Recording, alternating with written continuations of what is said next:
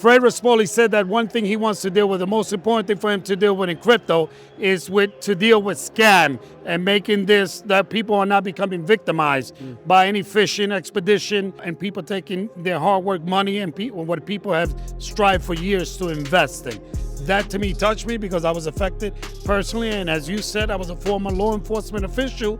I would never thought I would fall for a fan, but it hurt me and my family about $250K. That begins to hurt. I was able to hire a private company out of Israel. I was able to track. The one thing is you can track your money in all these different wallets. So that's a good thing. But I believe that we need to implement more securities factors into place. Just giving an example of an Amber Alert where internationally this goes out.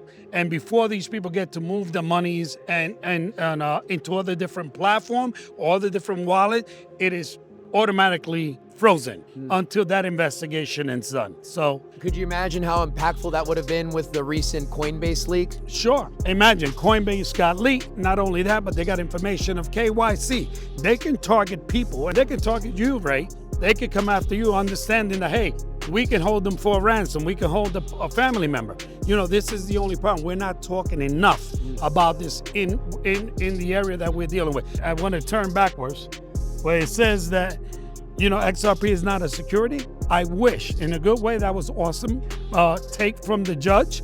But at the end of the day, it should be a security so we can all feel secure and safe with our investment. Hey, what's going on, family and friends? Thanks for joining me back in the channel, and welcome back to the XRP Las Vegas conference, my home away from home. In this episode, I'm honored to share an eye-opening conversation with someone who brings a unique perspective to our global community. Joining me is Hector Horchado, a retired law enforcement officer and legislator, as well as an active member of our XRP family and Link2 family. In our interview, Hector shares his powerful story of falling victim to a crypto scam, losing over $250,000, and the lessons he's carrying forward to help protect others in the space. We dive deep into the urgent need for fraud prevention, why scams remain one of the biggest threats to crypto adoption, and Hector's bold ideas, including a global Amber Alert system for digital assets that could change the way we protect investors worldwide. This conversation is a reminder that while blockchain offers unprecedented opportunities for sovereignty, freedom, and financial inclusion, it also comes with its risks we must face together as a community. So let's get into it. Here's my interview with Hector Horchado, recorded live at the XRP Las Vegas Conference 2025. Thanks for tuning in. Love you mucho. All right, ladies and gentlemen, we're here at the XRP Las Vegas Conference, day one, the largest XRP conference in the world. A little bit larger than the proper party that took place 2 years ago. What a good time. I'm glad that you were in the same room, Hector. Thank you. To the right of me is Hector Horchado, the former or retired law enforcement and legislator. How you doing today, Hector? I'm doing well. Thank you so much, Ray, for asking. I'm doing well. How's your time been at XRP Las Vegas Conference? Very exciting, very educational. I've been in all the speakers just giving some informative information for all of us, and I'm paying great attention to it. Anybody in particular that you thought resonated the most with you? Yes, Fred Rispoli. And the subject matter he was talking about was about fraud and fraud in the ecosystem as we know it here in crypto. And being, unfortunately, a victim of a scam, I thought that what he said resonated with me so much. And I think it's something that we need to pay attention throughout the whole ecosystem internationally. And what was it specifically that he said? Fred Rispoli said that one thing he wants to deal with, the most important thing for him to deal with in crypto is to deal with scam and making that people are not becoming victimized by any fishing expedition and people taking their hard work money and what people have strived for years to invest in. That to me touched me because I was affected personally, and as you said, I was a former law enforcement official. I would never thought I would fall for a fan, but it hurt me and my family about $250K. That begins to hurt. Understand that you were former law enforcement, and I'm sorry that you dealt with some of these pitfalls that are going on all the time around us, even specifically in the XRP community where Brad Garlinghouse is impersonated by third parties that are trying to take our XRP. It's very interesting why it's specifically only happening even within our ecosystem. What are your thoughts? Do you believe that there's a there why it's only happening within this ecosystem? What do you have to say, Hector? Well, I don't think it's only within our ecosystem. You know, it happens with credit cards. The one thing I can tell people that because of my experience, and I was able to hire a private company out of Israel. I was able to track. The one thing is you can track your money in all these different wallets. So that's a good thing.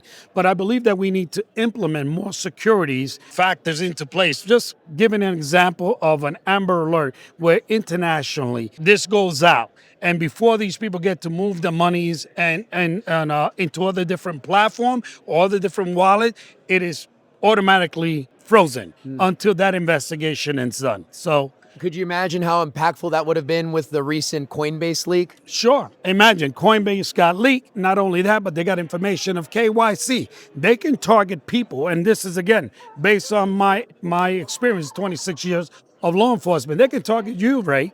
They could come after you, understanding that, hey, we can hold them for a ransom. We can hold a family member. This is the only problem. We're not talking enough about this in the area that we're dealing with. So I want to thank you, Ray, for paying attention to me. I'm a small fish in this whole system, but the fact that I spoke to you about this and you're here interviewing me, I hope this goes out and you get a lot of likes and people like myself, because like I said, I'm going to be part of an international lawsuit because of this.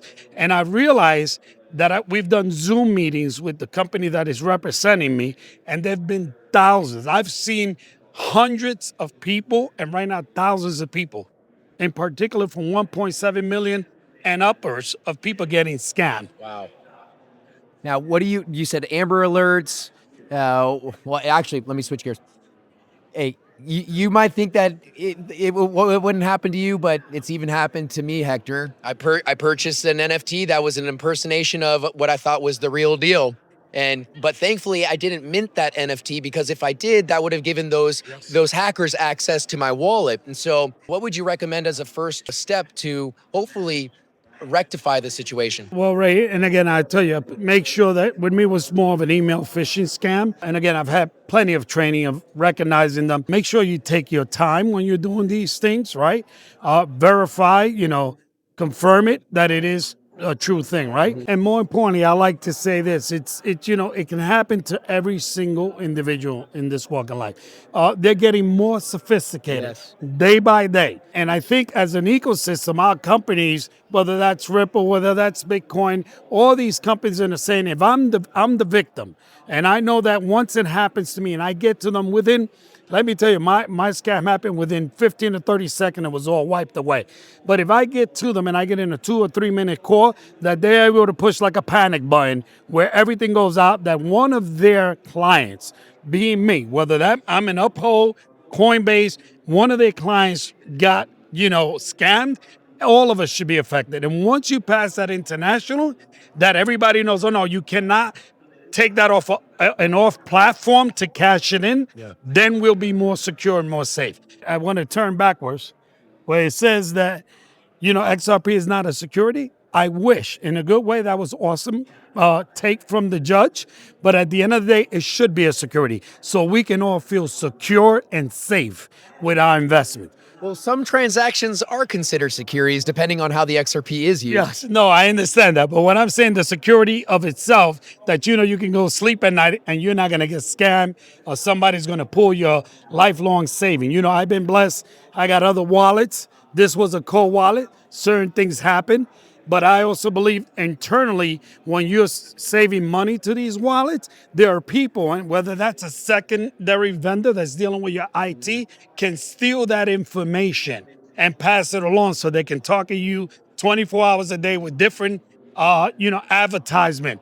What happened to me, staking, and I went to stake in a company that I have a wallet for 4 years, and it turned out that wasn't the wallet itself. It was somebody impersonating that wallet.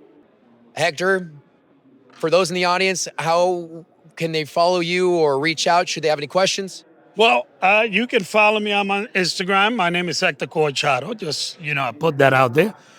They can look it up on the Facebook. I don't try to put too much information out there. As, of course, I know why, and I've been a victim of it. Yeah. But if you look me up on Google, you will find me. Like I said, I was an elected official legislator.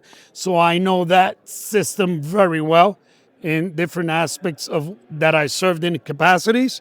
And I'm just hoping, I'm very excited. I don't tell people, do not invest. This is the future. We have a once-in-a-lifetime opportunity, and that's why I'm here. I invest to go places to get more and more educated and be around like-minded people like myself. So I tell you, don't get discouraged, do it. They picked a good fight with me. I have, the capacity to fight them in many different ways, and I am doing that. Wonderful to hear that. Hector, last question. For the legislators that may be on the fence that are watching today, what would you say to them about blockchain, distributed ledger technology, XRP, or like cryptocurrencies like XRP? Oh, I would encourage them to vote on this. They just passed the Genius Act. And again, to put those protectors there, like, when you go to a local bank, FDIC, there's some type of security. And that anybody that robs a bank or robs anybody in any capacity that they do that, behind it, you have not only the legislation, but you also have the law enforcement bodies that are going to be behind to discourage people from doing that. Once we do that and they put that internationally, I think we are going to have a dramatic opportunity for so many people, especially when it comes to liquidity and being able to take advantage of that, where we don't have that right now in local banks. Well said, Hector. Well, hey, I don't mean to wrap this conversation up. We just have the creator of the XRPL, David Schwartz, the CTO of Ripple, speaking on stage right now. I'm pretty sure you want to watch him too. I do want to watch. Well, I'm looking forward to sharing this interview online ASAP, so those in the audience can be aware of the pitfalls in crypto. And thank you for sharing your story, Hector. Appreciate you, sir. Thank you for listening and taking the time to interview just a regular folk like myself. Never did I imagine I was going to be being interviewed by you. I've been following you for a long time. I appreciate you. We're all regular folk, Hector.